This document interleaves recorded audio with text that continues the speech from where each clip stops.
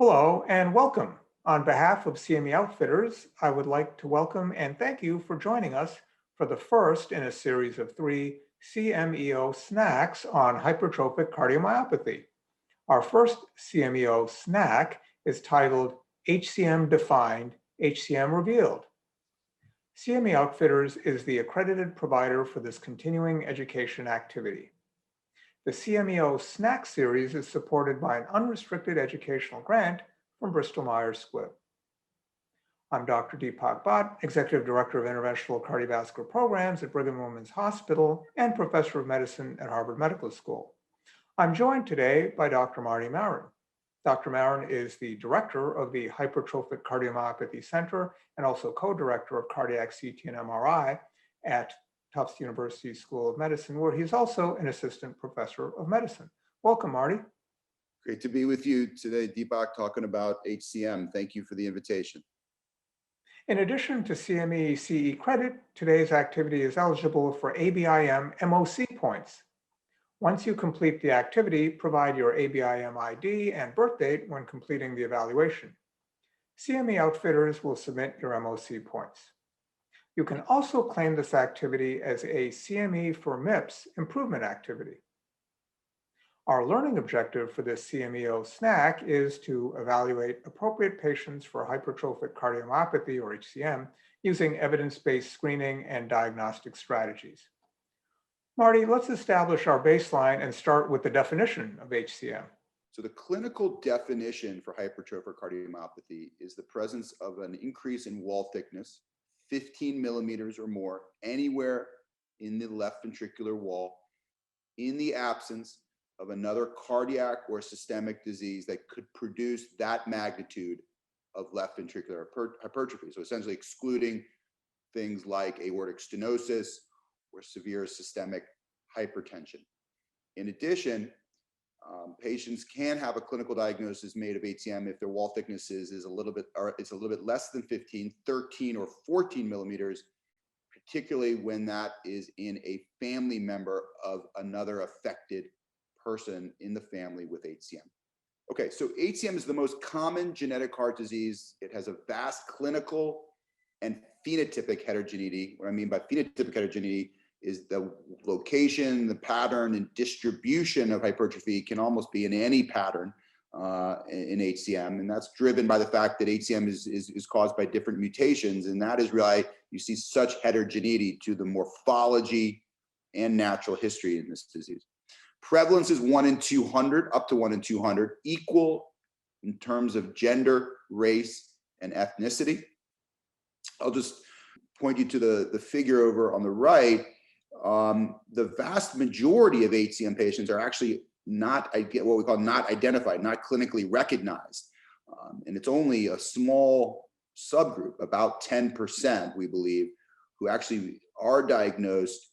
And of those 10%, about half have symptoms related to HCM and about half are asymptomatic.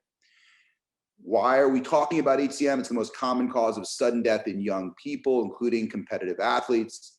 Many patients also experience limiting heart failure symptoms and have a risk of stroke if they develop atrial fibrillation, which is common in HCM. About 25% of patients will develop one or more episodes of atrial fibrillation at some point in their natural history. HCM is also under-recognized disease and under-referred as well. Disproportionately, that affects women and underserved minorities. Really terrific points. Given the heterogeneity of HCM, what should physicians be looking for? HCM patients that do develop symptoms, and that's about half of the clinically recognized patients, have a number of different symptoms that they can experience. The most common being exertional shortness of breath, particularly with inclines like stairs or hills, atypical chest discomfort as well, exertional fatigue, sometimes lightheadedness, particularly going from sitting to standing positions, lightheadedness. As you can see, these are symptoms that can be present in non-HCM heart disease as well. And also, for that matter, non-cardiovascular diseases sometimes can have symptoms, particularly pulmonary diseases. And the point here is that if you have a patient that has one or more of these symptoms and you've evaluated that patient for maybe some of the more more common cardiovascular causes of symptoms, and that patient doesn't have one or more of those diseases, then you've got to be thinking then about targeting workup for the question of, does this patient with one or more of these symptoms have HCM? Great. And what is the approach to the diagnosis of HCM?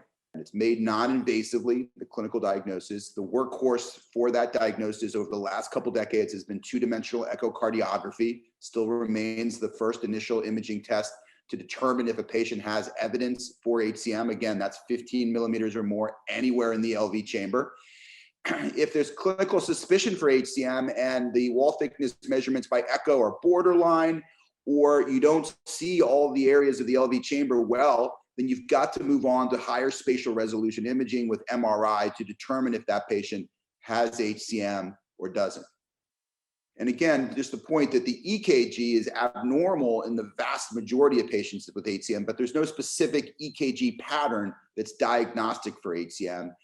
A lot of patients with HCM will have a systolic ejection murmur on exam, but again, not all patients do, and therefore it's not specific for diagnosis of HCM.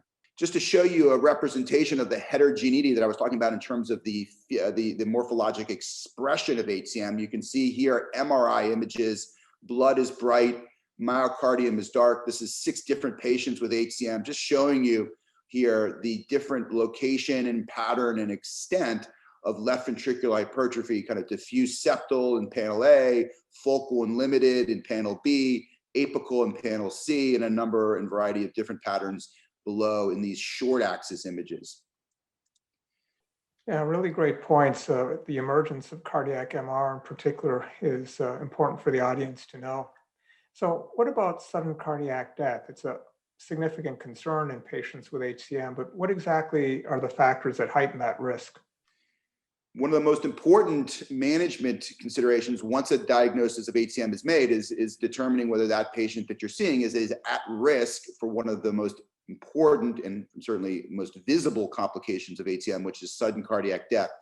And there are a number of major risk markers that we look at or evaluate a patient for. One or more of these major risk markers, if present in an individual HCM patient, particularly if they're young or middle-aged, may be enough to consider that patient at increased risk enough for future sudden death that an ICD for primary prevention of sudden death would be a very reasonable recommendation to make for that patient.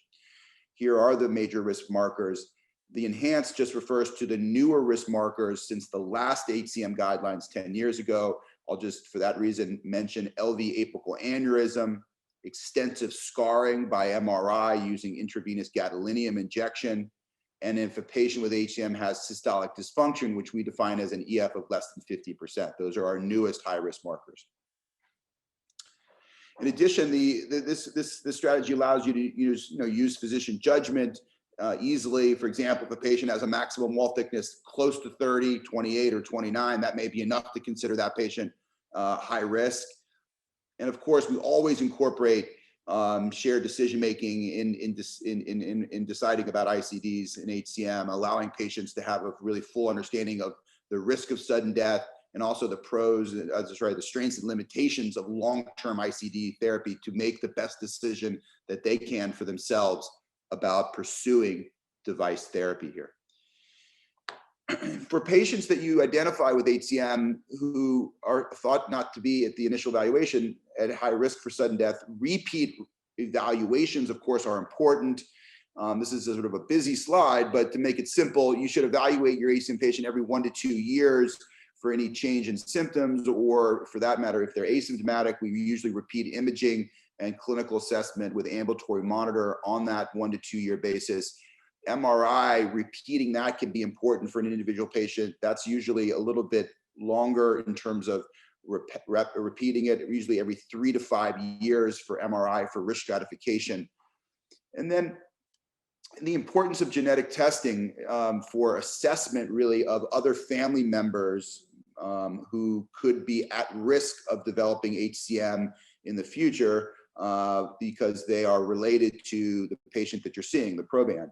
And genetic testing can be helpful there. If a patient does have a known if a patient that you're evaluating with HCM has a genetic mutation that's disease causing, then that result can be used essentially to test other family members for that same mutation to determine if they're at risk or not of developing HCM in the future. Yeah, no, that's really fantastic information. What about asymptomatic first degree relatives of patients with HCM? Anything to worry about there? For patients that don't have genetic testing, or if genetic testing is inconclusive, then you really need to be sure that you recommend family screening with cardiac imaging.